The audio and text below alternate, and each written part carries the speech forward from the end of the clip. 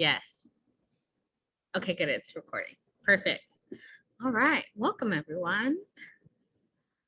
Let me reshare my screen.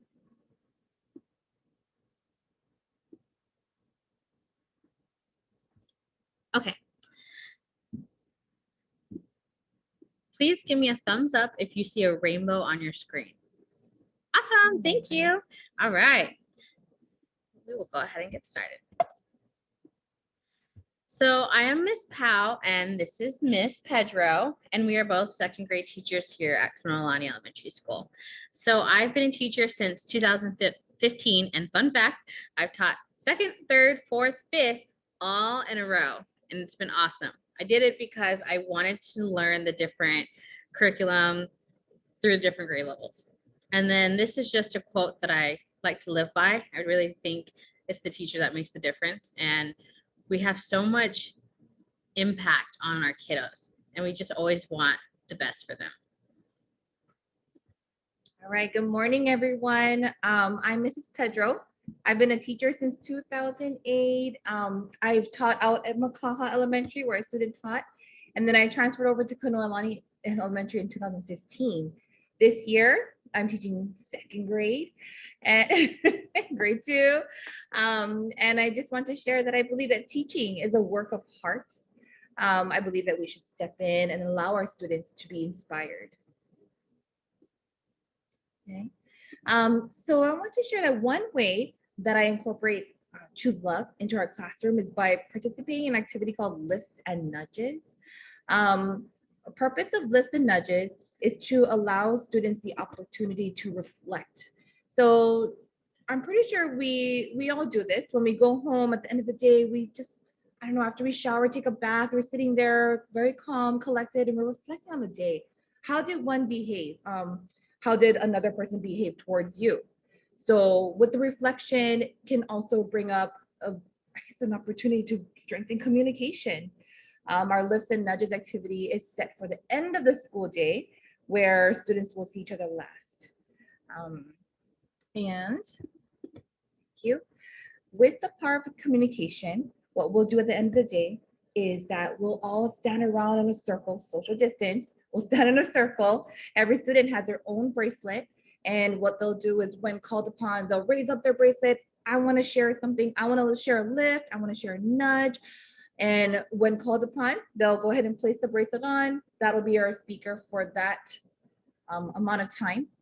A lift is, I guess you would say, it's a compliment to make someone feel good. So it also gives the receiver the opportunity to confirm an action that brings positivity to others. Sometimes we notice it, sometimes we don't. We may have done something very small that has actually lifted someone. And so with that, we want to bring attention to it. Oh, we like what you did. Thank you for making me feel good. Okay. A nudge, on the other hand, is attention brought to an action that may have hurt someone's feelings. With that, again, too, we may not have known. Maybe we did something. Maybe someone was speaking to us. We accidentally ignored them. And with that, we want to bring some attention to it. Oh, I kind of want to nudge you for maybe of what you said to me at recess, or you weren't paying attention to me in the morning block. This right here gives the receiver the chance to really reflect on one's actions. So here's an example of a lift and nudge scene in our classroom. So we have one of our students right there lifting up his bracelet. I'm ready to speak, Mrs. Pedro. When he was selected upon, he actually wanted to lift another student. And he said, I lift Titus because he made me laugh today during recess with his joke when I wasn't feeling good. And he did share, today was kind of somewhat of a low day. I didn't want to get up this morning. I wasn't feeling too well. But when we had recess and my friend Titus complimented and made me really, really laugh, it actually changed my day. It made me feel really good. The second example that I have actually includes a nudge. So our student decided to share, I nudged my friend Mila because she did not play with me at recess, but I lifted her because at snack, she told me that she was sorry. So she shared that Mila didn't realize what she did. She didn't realize that, oh, I was kind of ignoring my buddy and I wasn't playing with her at recess. It wasn't intentional. But just knowing that, getting that attention, it really does encourage the power of communication, forgiveness, right? and choose love. That's what it is. Choose love. All right. And then how I integrate reading with Choose Love. I feel like you could pick up any book and you could just tie it in easily, especially just because most of the books that we read to the kids always have a lesson at the end of the story. And it's something that the kids can always relate to. So this is just a few of the books that I've recently read. So at our school, we have a whole section of just Choose Love books, and they're labeled in 4 different categories, whether it's courage, forgiveness, gratitude, or compassion and action. So this is helpful for any of the teachers. So after I read a book, I make note of it in my head and I remember it for the next year to read to the kids. So I'm going to tell you a quick and brief summary of the books. So Octo Puppy, this boy just wants a dog. He doesn't get a dog, he gets an octopus. And he gets super upset because the octopus doesn't act like a dog. So the octopus leaves. And then when he leaves, he realizes that he was super ungrateful, that he just wanted a companion, and the octopus was the great fit. When You Are Brave sounds just like how it sounds.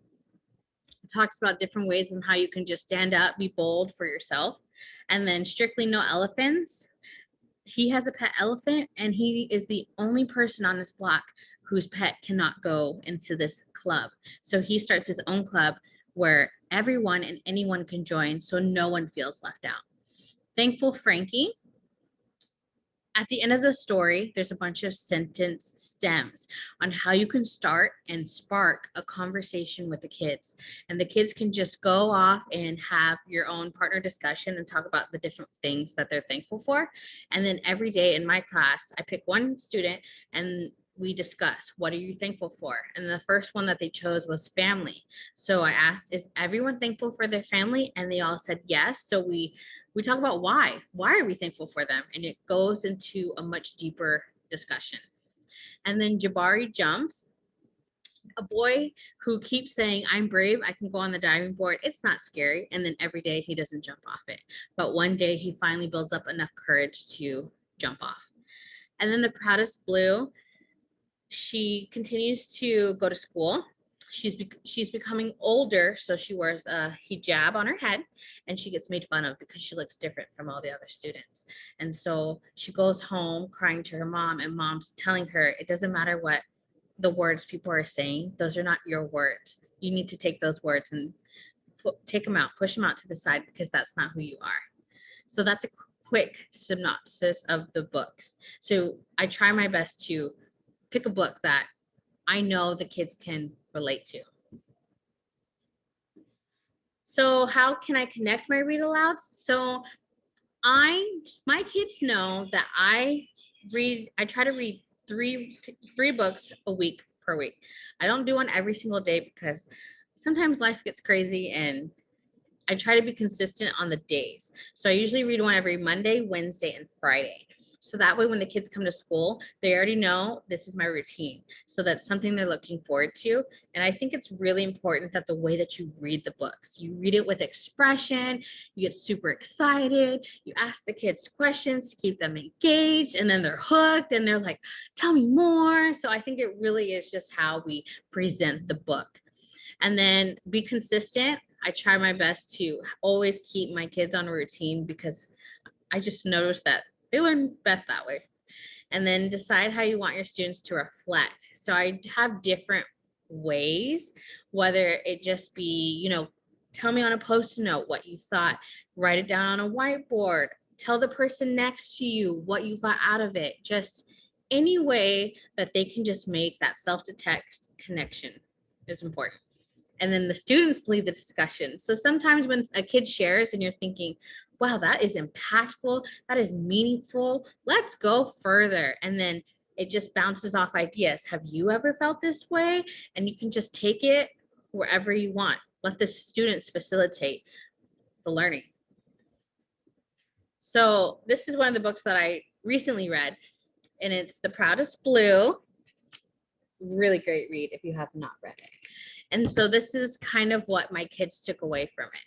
So no matter how you look, you are beautiful. Because she was different, because she dressed differently, she was getting made fun of in the book. And I asked my kids, why would you do this? How do you think she feels? And they all said, of course, I bet you she feels sad. I would feel sad if that happened to me. So they made that connection. Oh, maybe I shouldn't say those mean things after all. And then my boy here in the middle, don't be mean to other people, pick kind and not hate. And then my boy here on the right says, the lesson is to treat others not by how they look, but by treating them by their character. And I think that is super powerful because we're going by the person's actions, not just by how they dress. So I think they really hit it spot on. And then my girl here on this left, the lesson in the story is to believe and understand yourself, just like what mom said. We've all had moments where our parents have told us something and you think to yourself, that is something I'm going to need to remember. So when they hear the teacher say it too, then they make that connection. Like the light bulb goes off. Oh yeah, my mom said that, my dad said that, now my teacher. I think that's super important. And then my middle, to not bully because of how they look in the outside, because you might be looking up to them.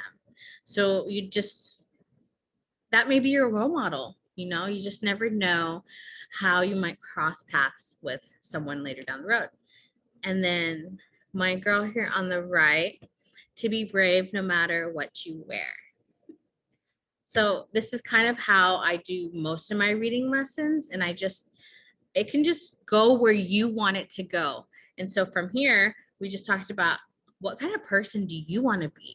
Do you want to be the kind person that everyone wants to talk to, that everyone says hi to and says nice things and smiles to? Or do you want to be someone that's mean and is a bucket dipper? So we did a kindness poster. So fourth quarter here at Katlyn Elementary is all about compassion and action. So I thought it would be great to make this poster and the kids could share 3 different things on this poster that they're proud of, that they're going to implement in their everyday life. And so here, these are my 2 friends that shared their poster, and it works out well because it helps with their public speaking skills. They were super scared, and I made sure to pick out books that talked about courage. So that's where the Brave book would come in. And then after they presented, I gave them a little certificate, and it just says, so-and-so gets a certificate for presenting their poster. So then I would sign it and date it, and they would be all excited and they would take it at home. And I would hope that they put it on the refrigerator too, for everyone in their household to see. So I think it's super impactful. And so I really was very happy with how this all turned out. And I got them on Scholastic. They were probably about, I want to say like $10 for a class set of 30. So they were super affordable, and we worked on it for a while. And then I'm super big about just praising all the time, giving the kids positive feedback. And so this is just a way on how I do it in my class. You want to find that show people how we show gratitude. Let's start with clapping. Let's do an explosion. Show a party Lima. Show me a double rainbow. Show me shouting. We are proud of you. Say, we are proud of you. Hey. We are proud of you. I sound loud because I have a microphone on every day when I teach. So it's easier to hear me through my mask. But yeah, the kids actually helped me come up with these. One day, we just started off with simple clapping. So we would go here, and then we would send our positive vibes to the person that would be talking. And then later they would just say, what do you think of this? They would try different things with their hands. And I thought it was a great idea. We incorporated it, we went with it, and now we do it every day. And the kids love it. It just makes them feel really good inside, knowing that people care for them. There we go. And then I just pulled a couple kids aside, and I just wanted to know, what are your thoughts? What does choose love mean to you? What choose love means to me is support people and not to give up on them once you think they're doing better than you.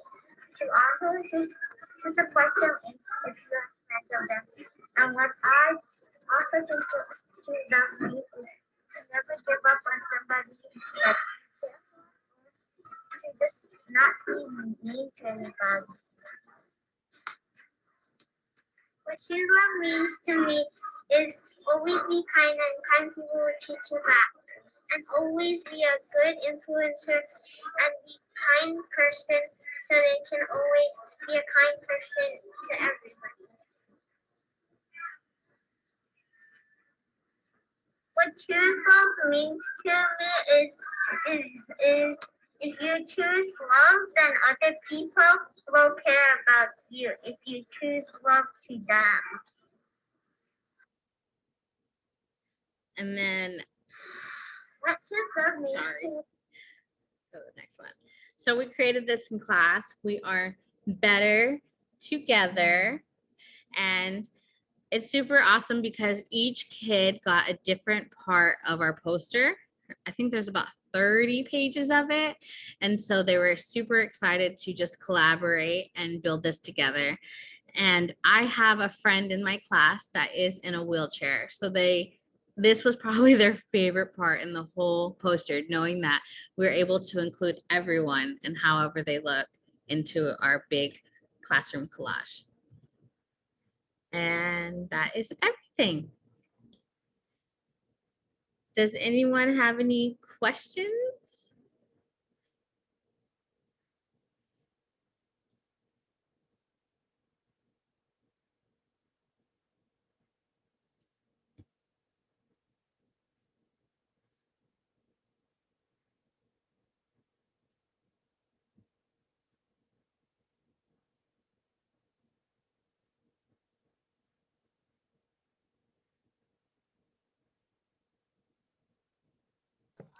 I have a question.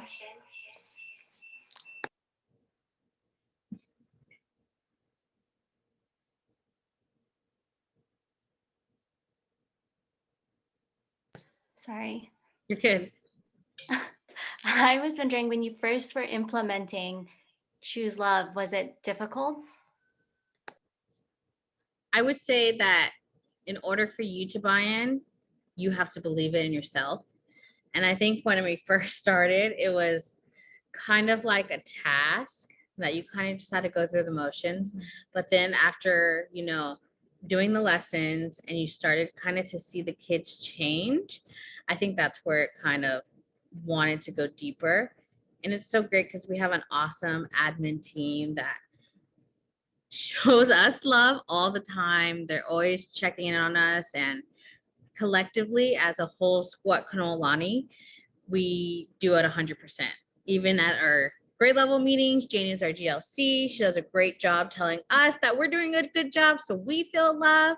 And when we feel love, we give it to the kids. And I just think it's just a whole, what is the right term I'm wanting to say? It just takes everyone. Once everyone starts buying into it, it just will naturally start flowing. We do have a great choose love environment. So students will not only experience it in their classroom, but once they hit out the doors, they'll see it along our hallways, on the walls. They'll see our admin team sharing their choose love as well to the students. So yeah, that really does help as well. Good question.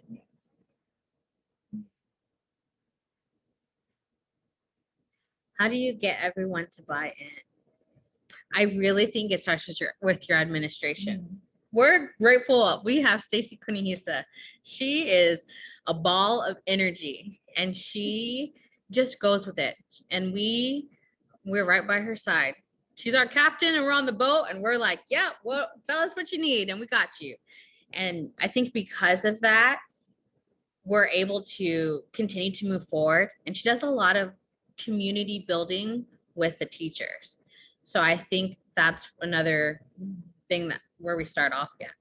Yeah. Because I've worked with 4 other grade levels and I felt it with every single grade level that I worked in. So It starts from the top and then it just works its way to the bottom.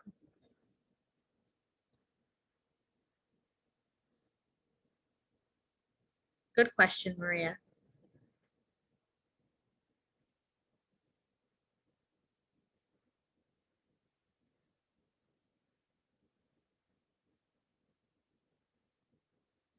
Any comments, feedback? We're open to anything.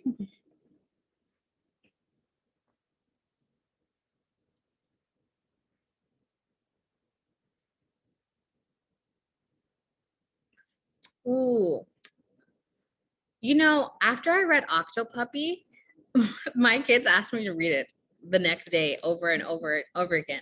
I think it's just because it's such an easy read and the kids just like the idea that this kid has a pet octopus. That's just unheard of. So that is one. I read a book called, I'm looking at it right now. It's called Snail and Worm. Just, they just really enjoy the read alouds. Yeah.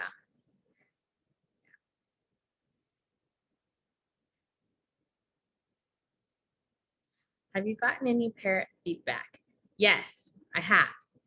And I think parents can see it in their kids when they take it at home, especially because they are able to express more how they're feeling and they're not bottling it up inside. I've had a parent one time tell me, my kid tells me more about his day. Because, you know, sometimes you ask your child, how was your day? It was good. And now it's more like, oh, I did this in class, or I got to read all about butterflies and learned about how they were, their life cycle. Yes, I have. Do you have any? So, yeah, it is communication. It's really breaking it down, that barrier that we have, and strengthening the communication within themselves. So could be with other classmates, with their teachers, and with that, they'll become very open. And we see that in our school, across grade levels too. Grade levels, interacting with other grade levels, the communication skills, wow, it really does show. Good question, Sandy. And thank you, Stephanie. Hi, ladies. Hello, we're just talking about Hi. about you? I just came in. I don't know if you're done with your presentation, but if you have some time, maybe share a story or two about like a story that you saw Choose Love made a difference in a child's life, like one that you can think of, or a moment that you saw even with an adult. I think that would really be cool to hear. But I don't know where you're at in your presentation. We just finished wrapping it up, but one question that Maria said is, how do you get everyone to buy in? And we talked about how it starts with your admin, it starts with your principal, your VPs, and it works your way down and you just roll with it. I said, you're the captain and we're on your boat and you tell us what you need and we're sailing, we're going through. I mean, even with you, Jane, you know, I moved Jane from, what was it, 5th grade, Jane, to 2nd. And I don't think she was happy to begin with it, right? I think it was a struggle a little. But now she's killing it in 2nd grade. And so how did SEL and Choose Love, how did it impact you guys? That's my question to you. That's a hard question. It is, no, but it is the environment. As I was sharing, admin has done such a great job where students not only see it in the classroom from their teachers or from each other, once they step out those doors, it is all around our campus with our Choose Love wall, our hallways. And I don't know, it strengthens people and it gives them the courage. It does give them the courage. And I think having that courage, right, to try new things. And both of these wonderful ladies are excellent teachers, but they try new things all the time that are scary and that are not easy to do. Kiki, what do you want to say, Kiki? Mine's kind of funny. Mine was when I was teaching 5th grade and we talked about our fears. And I was like, my fear is riding roller coasters. And at that time, during one of the breaks, I was actually going to Disneyland. And I told my kids, I'm going to show you guys that Ms. Powell has courage to face her fears.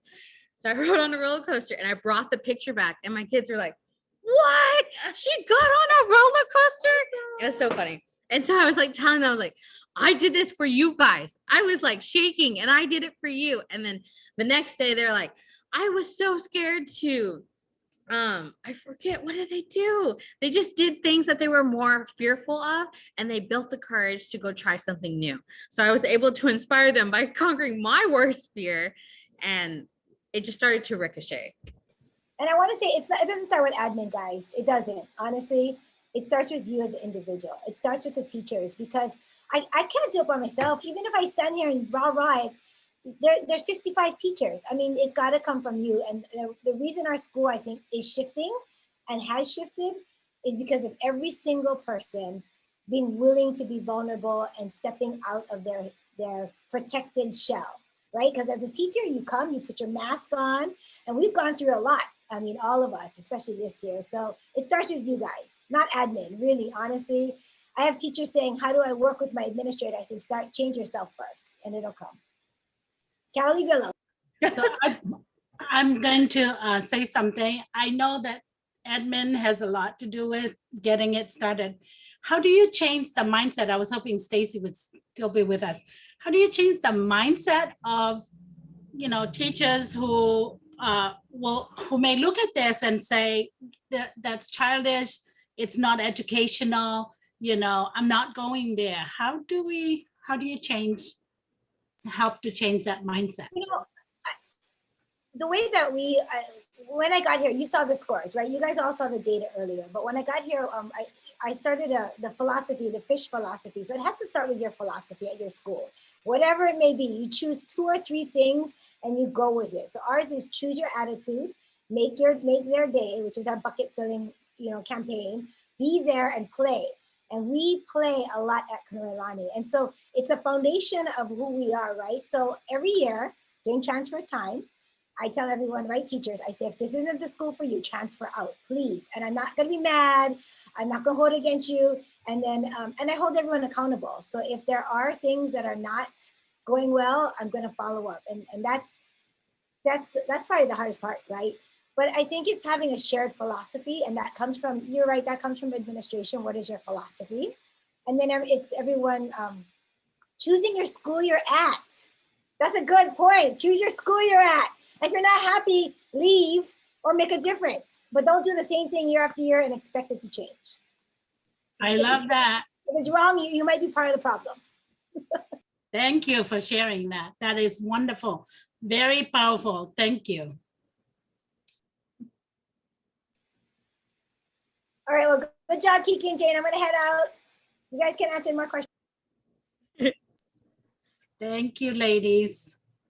Thank you. Yes. Keep up the good work. Thank you. Where are you at? Jefferson Elementary in Waikiki. Oh, Yeah. very nice. Yes, it is. Thank you. Yay, Jessica. Nice. Good job. We have about 5 more minutes. I'm going to share our contact information in case you have any questions about anything. There is James.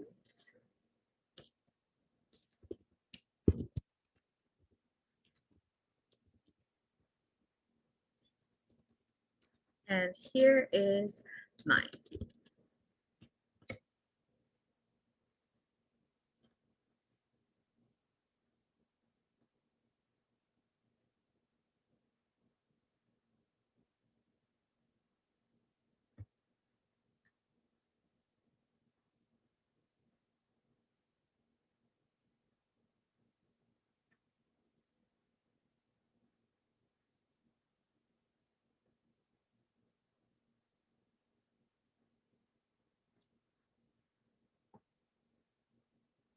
We're open to questions, comments, concerns. If you have a joke, we're open to everything.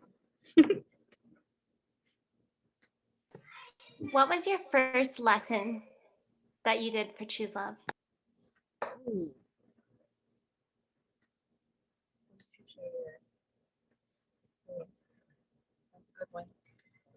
I think like a good place that we always start is with a brave breath.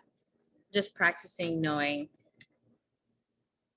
when you're in a tough situation or you feel your nerves, just put your hand on your heart and just take a deep breath. And that's kind of a good place just to start, especially when you do all the lessons. I think for me personally, that I've done with the curriculum on my own, I did like a snowball effect. So when not parents, you write what you are going through on a piece of paper, and then whatever you do, don't write your name. And then you just throw it into like a mix, and then you tell the kids, okay, everyone go pick up a piece of paper, and then one by one the kids will read what's on the paper, and the kids are more aware of, hey, this person is going through some very deep things. I should be there and support them. Or this person, mom and dad are fighting at home, and it's painful to hear it, so I need to be a good ear for my friend. It's pretty amazing to see what resonates with the kids, I would say. Are your books part of the Choose Love curriculum? Yes. Okay, the books that I shared, no. But we do use the books that are shared with the curriculum. We just go more, we find ways to just add more to it. I can tie almost any book to the curriculum. I can find a way to just make everything align. Yeah, any subject too. I wouldn't say you could just do it with one. I think you could do it with your whole life, everything. Choose love routines. You do your lifts and nudges. At the end of the day. We're just always showing praise, no matter how big, no matter how small. You could just walk in the classroom and we'll show you praise. We'll just say, let's just show them some love. What do you want to do? And then we can bucket fill them. I would say bucket filling is the main thing, what we do. So if you don't know what bucket filling is, it's just when I will bucket fill Mrs. Pedro because she's helping me present right now. And then a bucket dipper would be, I don't like your shirt, Miss Pedro.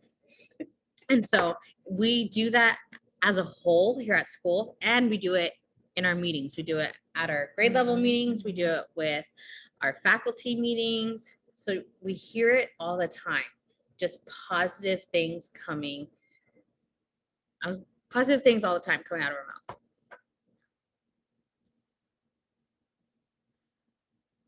So I wouldn't say I have like a specific like choose love time, because the whole day is what you can integrate with it. I don't have a list of picture books for the Choose Love for the 4 areas. That's something that I was starting to work on and I haven't got around to it. But I think it's also easier for us too, because we have a whole section in our library and it's already bookmarked. Like, this can help you with your lessons for courage. This is forgiveness. This is gratitude. This is compassion and action. So I think that's probably why I haven't started a list, but there's a lot. That's a good question.